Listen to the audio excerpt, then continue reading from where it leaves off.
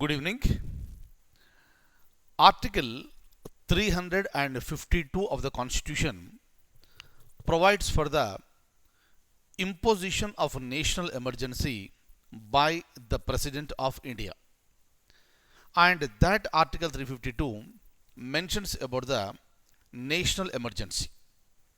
We also have some other emergencies like President's rule, that is called state emergency under Article 356, and also another concept of emergency, that is financial emergency under the Article 360. But now the topic is related to the national emergency. And why we are discussing about this national emergency today? Because in the year 1975, on the same date, June 25th, on the midnight of June 25th and 26th, national emergency was imposed in India for the third time. So it was a third incident in India when the national emergency has been imposed. Earlier also it was imposed in the year 1962 because of war with China, and second time in the year 1971 because of war with Pakistan. Those two are the external aggressions, but as far as the third time imposition of the national emergency was concerned, that was a matter that is related to our internal affairs. And the Constitution has mentioned it as the internal disturbances. So Article 352 mentions about the reasons why the national emergency can be imposed, when the national emergency can be imposed. Either it is because of the war or external aggression, or the third one is the internal disturbances. But what is the meaning of the internal disturbances is not explained by the Constitution. But in the year 1975, on the mid of June 25th and 26th, the President of India has imposed the national emergency on the guidelines that are given by, instructions that are given by then Prime Minister of India, Srimati Indira Gandhi. And the reason for imposing the national emergency was internal disturbances. But what exactly happened during that time? Were there any real internal disturbances during that time? And the answer is literally no. But what was the reason? Why do you still talk about the national emergency of 1975? And we don't discuss too much about the 1962 and 1971 because they were the reasons were external, and the reason was external aggression, war with some other countries. But when it comes to 1975, the reason was because of the internal disturbances. What exactly happened? Let me tell you. In the year 1971, Lok Sabha elections were conducted. Srimati Indira Gandhi contested from Rai Bareli constituency and she got elected. And she defeated a person by name Raj Narayan, one of the very, very important persons at that particular time and remembered even today also. And Mr. Raj Narayan got defeated. And later Srimati Indira Gandhi again sworn in as the Prime Minister of India.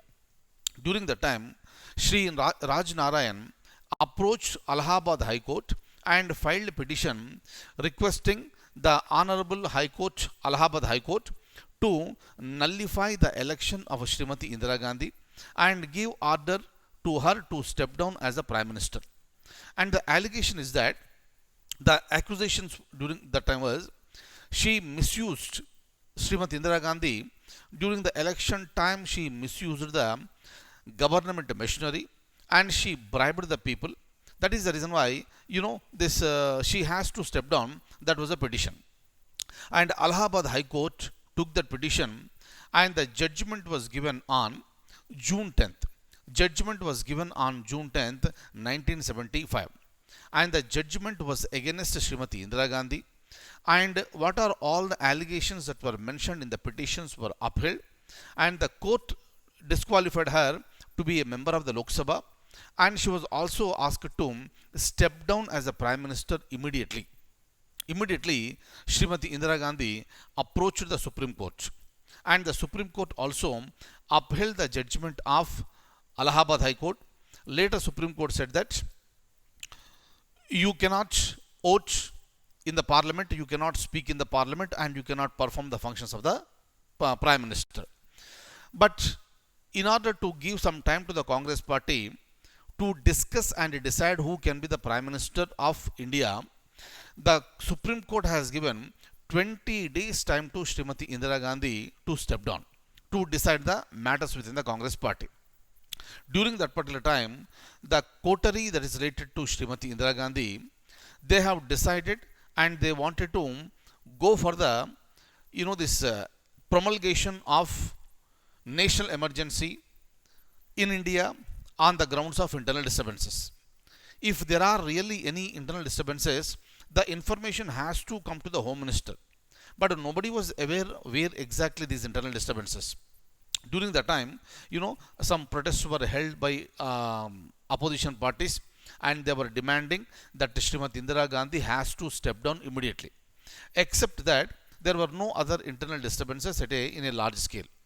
And during the time, the Prime Minister asked the President to promulgate the, this national emergency. And that came into effect on the midnight of June 25th and 26th. And once it is done, what will happen? Basically India is a federation. Powers are divided between central government and state governments. But whenever national emergency is declared in India, the concept of the federation is lost and India becomes unitary, and all the powers of the states will also be there with the central government, and the state chief ministers, they are not removed but they will be powerless. This is what happened during the time, and immediately after that all opposition party leaders were arrested and thrown behind the bars. Existing police stations and jails were not sufficient.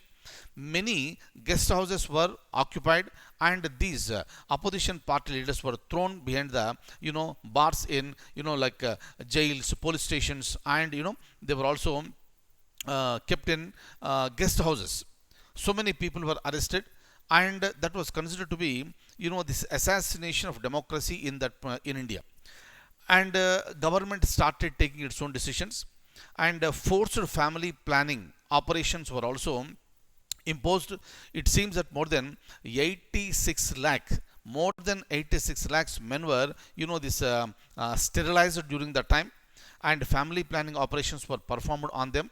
Many of them they suffered with the side effects, and the impact continued for a long period of time, and people even today also could not forget what happened during that day, during those years. That is the reason why the 75 to 77 period of national emergency was considered to be the darkest days in the history of a post-independent India.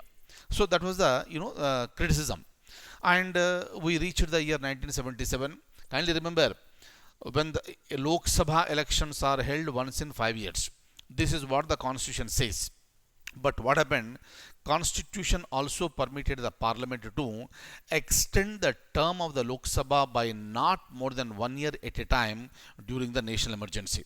Accordingly, 1971 was election.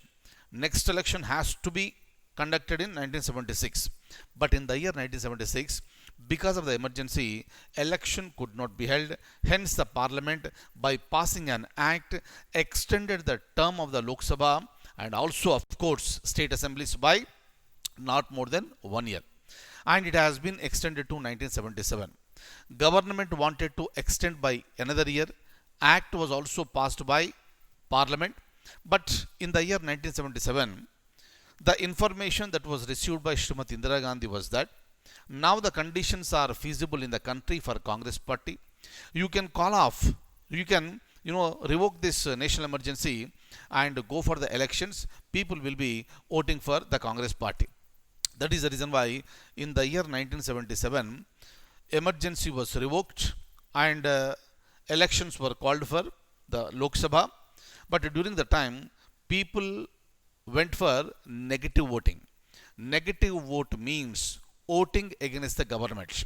Clear? During the time, various opposition parties have come together, and Srimati Indira Gandhi herself lost the election, and many Congress party people also lost the election, and that was the first time in India a non-Congress party came to the power. A coalition government, Janata Party came to the power, and Shri Morarji Desai became the Prime Minister of India in the year 1977. Please remember that was the first time in India a non-Congress party person became the Prime Minister. First Prime Minister was Shri Jawaharlal Nehru, followed by interim Prime Minister Gulzari Lal Nanda, followed by Shri Lal Bahadur Shastri, the second Prime Minister of India, followed by again Shri Gulzari Lal Nanda as the interim Prime Minister, followed by Srimati Indira Gandhi. Clear? And Srimati Indira Gandhi, she continued as the Prime Minister from 1966 up to the year 1977. And for the first time in 1977, Shri Morarji Desai, of course, who was also a Congress party person, but he revolted and he came out and he established his own party and he became the Prime Minister of India in the year 1977. Hence, we will say, for the first time, the non-Congress party came to the power. A non-Congress party person became the Prime Minister of India. Since, because of those disturbances that were held during the time, even today also people remember this particular date. It happened on June 25th 1975, and from then it continued up to the year 1977. Clear? And since today is June 25th, we have discussed about this particular topic.